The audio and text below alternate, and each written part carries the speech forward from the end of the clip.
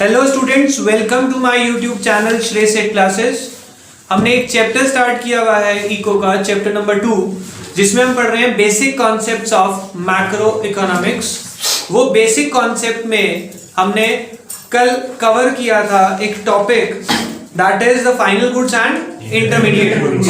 मैंने आपको बता दिया था कि फाइनल गुड्स कौन से होते हैं और इंटरमीडिएट कौन से होते हैं। फाइनल गुड्स वो गुड्स हैं which are ready for consumption और फॉर इन्वेस्टमेंट, जिसको या तो हम कंज्यूम कर लेंगे या फिर उसमें हम पैसा इन्वेस्ट करते हैं। अगर हम हाउस होल्ड की बात करें तो हाउस होल्ड क्या करता है? गुड्स को कंज्यूम करता है और बिजनेस फर्म पैसा इन्वेस्ट करती है। तो हाउस होल्ड ने कोई चीज कंजम्पशन के लिए ली या फिर बिजनेस फर्म ने इन्वेस्टमेंट के लिए, लाइक मशीनरी, तो वो उनकी कौन सी गुड्स में आएगी? फाइनल गुड्स में। और जो प्रोडक्ट जिनके ऊपर प्रोडक्शन होनी बाकी है, जो प्रोडक्शन साइकिल में आते हैं, वो सब होते हैं इंटरमीडिएट गुड्स। मैंने आपसे कल एक एग्जांपल पूछा था कि जो मशीनरी है वो फाइनल गुड है या इंटरमीडिएट गुड है? हाँ सर। अब मशीनरी को हम फाइनल बोल सकते हैं, इंटरमीडिएट भी बोल सकते हैं, कुछ इंटरमीडिएट कह रहे हैं, कुछ फाइनल कह रहे हैं। वो उसके यूसेज पे तो डिपेंड करता ही है। साथ में ध्यान से समझना कि किसी गुड्स को हम फाइनल या इंटरमीडिएट कह सकते हैं। जैसे आपने कहा सर मशीनरी, अगर उसकी आइडेंटिटी लूज नहीं हो रही, उसकी आइडेंटिटी लूज नहीं हो रही, तो वो कौन से गुड्स होंगे? फाइनल। जैसे एग्जांपल दिया था, आप आटा चक्की से गेहूं से आटा बना रहे हैं, गेहूं को इंटरमीडिएट बोला, क्यों? क्योंकि जब आटा बना तो गेहूं की आइडेंटिटी खत्म हो गई और आटा चक्की जिसने आटा बनाया वो आटा बनने से पहले भी वैसी थी और आटा बनने के बाद भी वैसी है, तो वो कौन से गुड्स हो गए? फाइनल गुड्स, क्योंकि उसने अपनी आइडेंटिटी लूज नहीं करी। ये बेसिक डिफरेंस याद रखना। फिर मैंने आपको बताया था इसमें कि प्रोडक्शन फाइनल गुड्स जो है वो डोमेस्टिक और नेशनल इनकम में इंक्लूड होते हैं और इंटरमीडिएट गुड्स इंक्लूड नहीं होते। क्यों नहीं होते इंटरमीडिएट गुड्स? देखो बेटा, मैंने एग्जांपल आपको दिया था कि एक फार्मर ने कॉटन ग्रो करी और उसने ये किसको सेल करी? थ्रेड मैन्युफैक्चरर को सेल करी। सपोज उसने 200 रुपीज की बेची, थ्रेड मैन्युफैक्चरर ने धागा बना के टेक्सटाइल वाले को बेच दिया 500 में, टेक्सटाइल वाले ने शर्ट मैन्युफैक्चरर को बेच दिया 900 में, शर्ट मैन्युफैक्चरर ने कंज्यूमर को बेच दिया फॉर 1200। चलो अब इधर समझेंगे हम, ये जब इसने इसको बेचा तो इस पे भी प्रोडक्शन हो रही है, इसने इसको बेचा प्रोडक्शन हो रही है, यहाँ पे बेचा ये प्रोडक्शन हो रही है। यानी कि जब तक इसके ऊपर प्रोसेसिंग होती रहेगी, ये हमारी होती है प्रोडक्शन बाउंड्री, ये होती है हमारी प्रोडक्शन बाउंड्री। और जब तक प्रोडक्ट प्रोडक्शन बाउंड्री के अंदर होता है वो इंटरमीडिएट कहलाता है, और जैसे ही प्रोडक्शन बाउंड्री से बाहर आया it is the final goods. Intermediate goods की वैल्यू हम नेशनल इनकम में इंक्लूड नहीं करते। क्यों नहीं करते? क्योंकि हम अगर इसकी वैल्यू इंक्लूड करेंगे तो फाइनल गुड्स की वैल्यू तो दोबारा से इंक्लूड हो जाएगी। सोचो, ये 200 इस 500 में इंक्लूडेड है, इसने जब आगे 900 का बेचा तो 500 तो इसमें इंक्लूडेड ही है। तो इससे अच्छा हम क्या करें? सिर्फ फाइनल गुड्स को ले लें, क्योंकि फाइनल गुड्स में सारे इंटरमीडिएट इंक्लूडेड है। अगर हमने इंटरमीडिएट दो अलग अलग इंक्लूड कर दिया तो हमारी हर चीज डबल काउंटिंग हो जाएगी, हर चीज की काउंटिंग दो बार हो जाएगी। उससे बचने के लिए हमने इसे सिर्फ और सिर्फ फाइनल गुड्स को इंक्लूड किया नेशनल इनकम में। Is it okay? कोई प्रॉब्लम? चलो, हमने इसका मीनिंग डिफरेंस सब पढ़ लिया था। अब मुझे इसके सिर्फ आपको कुछ इंपॉर्टेंट पॉइंट्स पढ़वाने थे। Page number 2.5, important points about intermediate goods. Number 1, देखो क्या लिखा है, they are generally purchase by one production unit from another production unit. देखो इधर कौन खरीदता है? एक प्रोडक्शन यूनिट दूसरी प्रोडक्शन यूनिट से खरीदती है। कोई इंटरमीडिएट खरीद रहा है, इंटरमीडिएट मतलब इनपुट यानी कि रॉ मटेरियल। जब कोई फैक्ट्री वाला रॉ मटेरियल खरीदता है तो वो क्या किसी दुकानदार से खरीदेगा, दूसरे फैक्ट्री वाले से ही खरीदेगा? फैक्ट्री वाले से, क्योंकि बल्क में खरीदने वाला उसे सस्ता चाहिए, अच्छा चाहिए, तो एक प्रोडक्शन यूनिट दूसरी प्रोडक्शन यूनिट से ही परचेज करती है। पहला पॉइंट समझ आ गया। दूसरा point, they have derived demand, they have derived demand. ये किसके पॉइंट पढ़ रहे हैं आप? इंटरमीडिएट गुड्स के। इंटरमीडिएट गुड्स की जो डिमांड होती है उनकी खुद की कोई डिमांड नहीं होती, उनकी डिमांड डिपेंड करती है कि उनसे बनने वाले फिनिश गुड्स या फाइनल गुड्स की डिमांड कितनी है मार्केट में। मतलब आटा चक्की का जो एग्जांपल दिया था, उस आटे चक्की की डिमांड नहीं होगी अगर आटे की डिमांड नहीं होगी मार्केट में। अगर आटे की डिमांड है तब उस मशीन की डिमांड होगी जिससे आटा बन रहा है। तो कोई भी इंटरमीडिएट गुड्स, अब मैं कहूं गेहूं की डिमांड कब होगी? जब लोग आटे की डिमांड करेंगे। तो इंटरमीडिएट गुड्स की अपनी कोई डिमांड नहीं होती, दे have derived demand, depend upon the demand of final goods. Clear हो गई बात? अब मुझे एक नॉर्मल सी सिचुएशन का जवाब देंगे आप, जो आप अपने लिए कार, मोटरसाइकिल या कोई भी व्हीकल खरीदते हैं, वो आपके लिए इंटरमीडिएट गुड है या फाइनल गुड? फाइनल गुड्स है, क्योंकि आप यूज कर रहे हैं अपने लिए।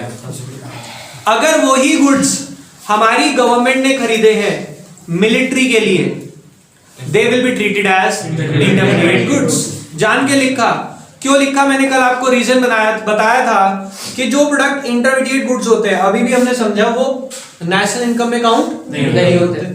और जब वो इनकम ही नहीं है तो उस पर टैक्स नहीं देना पड़ता।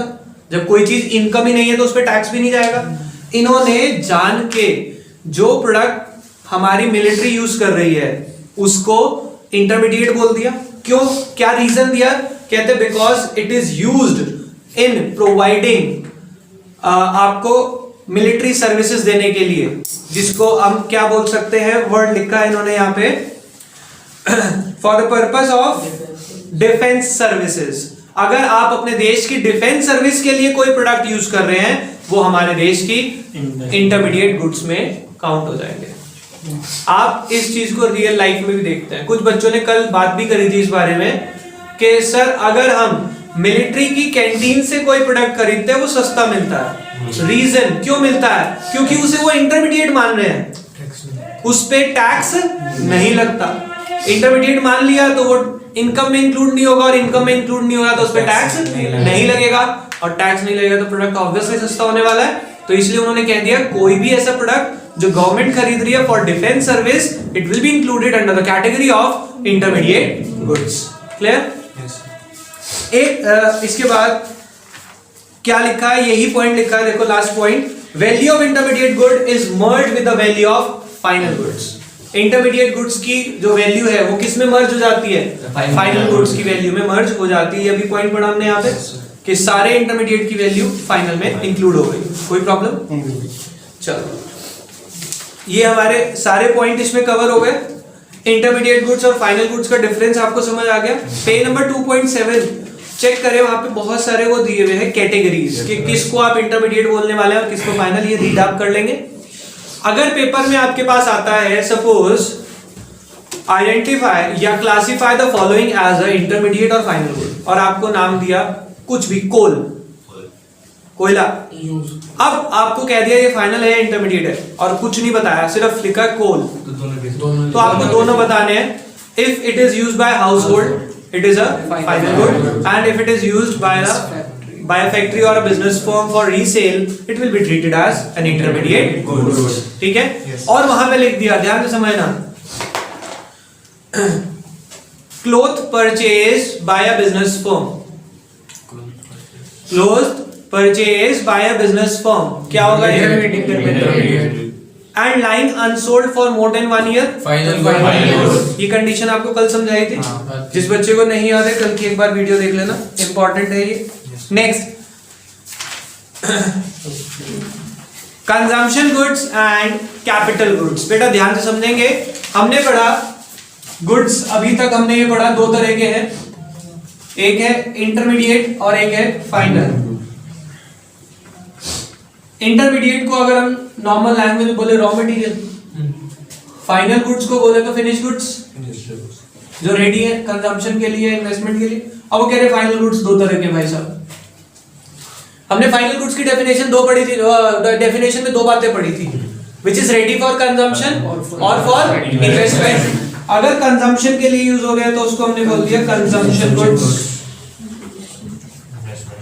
और दूसरे जो इन्वेस्टमेंट के लिए यूज हो रहे हैं उनको बोल दिया क्या, कैपिटल गुड्स। तो डेफिनेशन के दो पार्ट, दोनों हैं कौन से, फाइनल गुड्स से। अब कह रहे consumption goods refers to those which are used to satisfy the wants of the consumer directly, जो कस्टमर की wants directly satisfy करे, और ये कस्टमर की wants को indirectly satisfy करते हैं। indirectly कैसे, by producing the goods which are needed by the customer। भाई ये मशीनरी होती है ना, तो ये क्या करते हैं, डायरेक्टली सेटिस्फाई नहीं करते, but indirectly they satisfy the needs of the customer by production of goods को बना के। और ये कंज्यूमर गुड्स हैं, देखो कितने तरह के लिखे, 4 तरह के, durable, semi durable, non durable, services. Durable goods वो गुड्स होते हैं जिनकी कुछ लाइफ होती है और वो यूज होते हैं again and again. Example refrigerator, television, कुछ भी एग्जाम्पल, ठीक है। नेक्स्ट सेमी ड्यूरेबल, जिनकी एक लाइफ तो होती है पर लिमिटेड पीरियड की टाइम की लाइफ होती है। जैसे अब मैंने ऊपर दिया ड्यूरेबल, इनकी लाइफ होती है कुछ ज्यादा सालों की, लाइक 3 to 5 years, जैसे भी टेलीविजन, रेफ्रिजरेटर। सेमी ड्यूरेबल होते हैं जिनकी लाइफ 1 year तक की होती है। एग्जाम्पल आपके क्लोथ, शूज एक्सेट्रा, ठीक है। नॉन ड्यूरेबल जो सिंगल एक्ट ऑफ कंजम्पशन में खत्म हो जाए, दैट इज मिल्क, शुगर, बहुत सारी चीजें। और सर्विसेज क्या होती है, इंटैंजिबल पोर्शन, वो गुड्स, वो प्रोडक्ट जिसको हम देख या छू नहीं सकते but we can feel and experience it, that is the services. Clear हो गई बात। तो हमारे कंजम्पशन गुड्स खत्म। Next is the capital goods. बेटा कैपिटल गुड्स अभी बताया जो इनडायरेक्टली सेटिस्फाई करते हैं कस्टमर की वांट्स को और जो प्रोडक्शन में कंट्रीब्यूट करें। पढ़ते हैं, capital goods are those final goods which help in production of goods and services, जो गुड्स और सर्विसेज की प्रोडक्शन में हेल्प करते हैं। Example plant and machinery, equipments etcetera. कोई प्रॉब्लम बेटा। Next some important points about capital goods. Capital goods के बारे में कुछ इंपॉर्टेंट बातें। Number 1, they are used in future for productive purpose and have an expected life of several years. इनकी life कुछ सालों तक की होती है, ठीक है। Number 2, they do not lose their identity in the production process, जो मैंने आपको बताया कि इनकी आइडेंटिटी कभी खत्म नहीं होती। Point number 3, they need repair and replacement over a time, as they depreciate over a period of time, क्योंकि इनकी वैल्यू डेप्रिशिएट होती रहती है। Next, they have derived demand. अभी बताया था कि इनकी डिमांड कैसी होती है, डेराइव्ड डिमांड होती है from the demand of other goods which they help to produce. Clear. Next last point, capital goods are durable goods. Durable use consumer goods for household. कह रहे हैं जो कैपिटल गुड्स है ये house hold के लिए durable goods की category में आ जाता है। When a good is used by the producer then it is a capital goods. बेटा ध्यान से समझना, कह रहे जो ड्यूरेबल गुड्स होते हैं, ये हमने पढ़ा ना कंज्यूमर गुड्स में, ड्यूरेबल, नॉन ड्यूरेबल, और एक कैपिटल गुड्स हम पढ़ रहे हैं मशीनरी। कह रही है मशीनरी अगर कंज्यूमर यूज कर रहा है तो ये किस में आ जाएंगे, कंजम्पशन की कैटेगरी में, ठीक है। पर अगर इसे कोई बिजनेस फर्म यूज कर रही है तो ये कैपिटल गुड्स की कैटेगरी में आ जाएंगे। लेकिन अगर ये कंज्यूमर में आ रहे हैं, कंजम्पशन में आ रहे हैं, तो कंजम्पशन की 4 कैटेगरी से कौन सी कैटेगरी में आएंगे, ड्यूरेबल वाली कैटेगरी में आएंगे। ये बताया इस पॉइंट में, सिर्फ समझ आ गई बात। ठीक है। मशीनरी अगर घर पे यूज कर रहे हो आप वो ले आए, लाइक सीविंग मशीन, सिलाई मशीन आप घर पे यूज कर रहे हो, it is a consumer goods. Final goods का कंजम्पशन वाले में आएगा, ठीक है। अब कंजम्पशन में आ गया कौन से वाले में, durable, non durable, semi durable या सर्विस, ड्यूरेबल। पर अगर वही मशीन किसी बिजनेस में यूज हो रही है, उसको वो यूज कर रहा है दर्जी, तो कहां पे यूज होगी वो, कैपिटल गुड्स। क्लियर हो गई बात, क्योंकि उसने इन्वेस्टमेंट करनी है, उससे पैसा कमाना है ना, वो कंजम्पशन में फाइनल गुड्स। बेटा फाइनल गुड्स दोनों ही है, यही तो कंफ्यूजन में कैसे लिखेंगे। दूसरा जो है कंफ्यूजन क्या आ रहा है पागलों वाला, ध्यान से सोचो, ये दोनों क्या है, किसके पार्ट है, फाइनल गुड्स के। तो हम बोलेंगे तो फाइनल ही से। अब वो फाइनल को क्लासिफाई करना सिखा रहे हैं कि फाइनल 2 तरह के हैं, एक कंजम्पशन गुड्स और एक कैपिटल गुड्स। आगे जाके डिफरेंस आने वाला है, the difference between intermediate good, consumption goods and the capital goods. समझ आ गई बात? उसको और क्लासिफाई करना सीखो बेटा।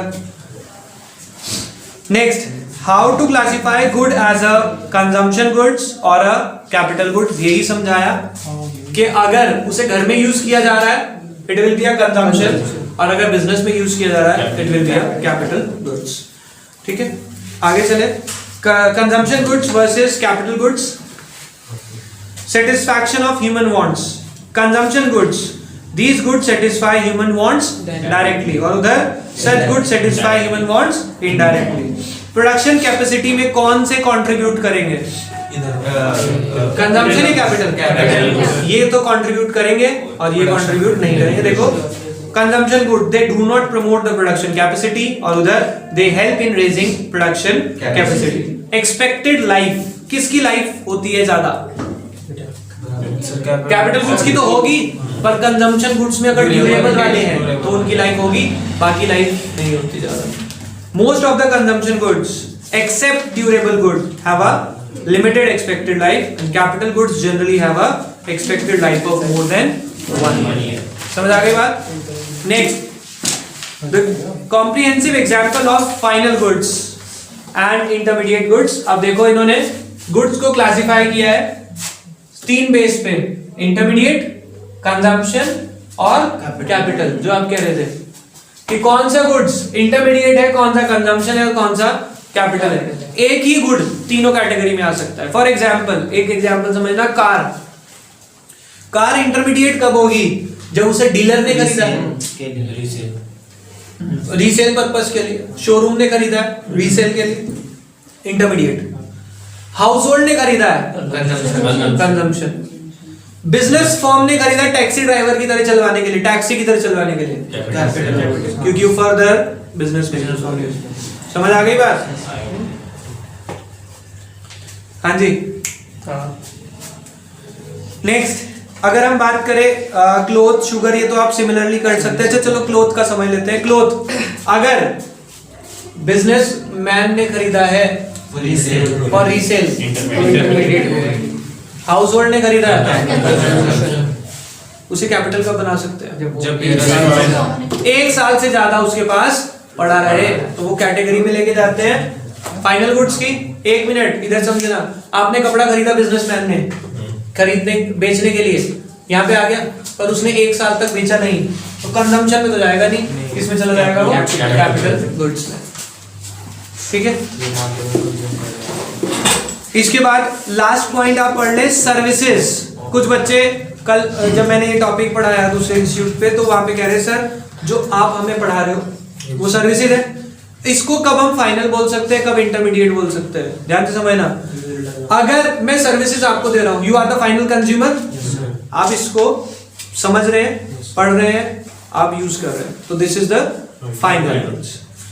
तो ये किसकी कैटेगरी में आ जाएंगे? कंजम्पशन। आप कंज्यूम कर रहे हैं, ठीक है। अगर मैं ये सर्विसेज किसी ब्रांड को डिलीवर करूं, लाइक बायजूस और वगैरह, तो they are the then it is treated as intermediate, क्योंकि वो मेरी सर्विसेज आगे प्रोवाइड करके उससे पैसा कमाने वाले हैं। क्या ये कभी भी कैपिटल गुड्स बन सकते हैं? नो, नहीं। कैपिटल गुड्स कब बनते हैं? जब प्रोडक्शन प्रोसेस में यूज होने वाले हो, या फिर 1 साल से ज्यादा पुरानी क्लासेस कोई भी नहीं देखता। आज सिंपल है दैट, चेंजेस आते रहते हैं, तो इसीलिए ये या तो इंटरमीडिएट होंगे या फिर कंजम्पशन की कैटेगरी में आएंगे। वहां पे लिखा है आपके पास सर्विसेज ऑफ अ डॉक्टर और अ लॉयर। बाकी जो टॉपिक है वो हम करेंगे नेक्स्ट क्लास में। अभी के लिए बाय बाय।